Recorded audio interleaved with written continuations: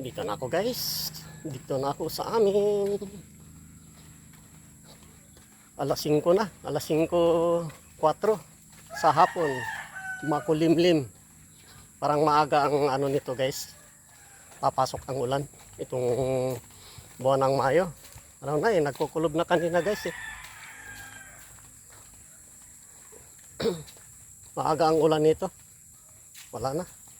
Talagang tag-ulan na. Buwan pang Abril na ngayon. Abril 28. Aba, nakasulubong agad no. Ito, malakas to kumain ng tinapay. Ito, si Tigre. Nabangga pa. Punta na kayo doon.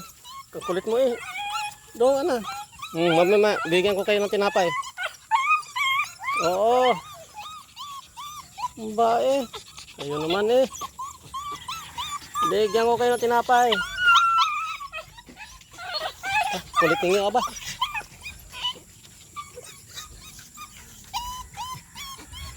May laman pang tubig. Meron pa.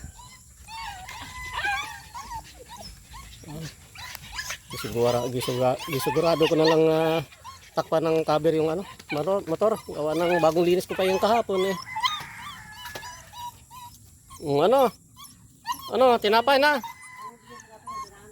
Wala ka. Salabay mong ibang manok. Nagtaka naman ako, hindi naman nagkasalubong yung ibang manok. Ay, binigyan mo na pala ng patong manok. Okay. Nahuli ko ngayon. Ay, nahuli mo yung dalawa? Pag huli mo na yung dalawa. Yung dalawa. Yung dalawang manok. Ay, hinuli na yung dalawang dumalaga guys. Ang isa dito. Kasi dalawang dumalaga kasi may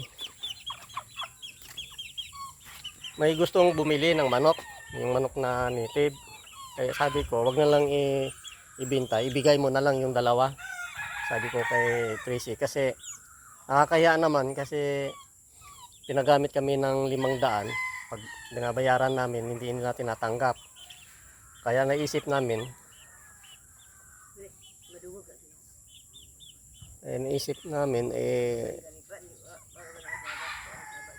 tapos manok na lang ibigay kasi nakakaya naman.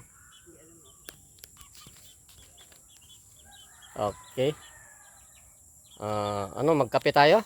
Huwag ka na magkape. Dilim. Hindi na lang ako magkape.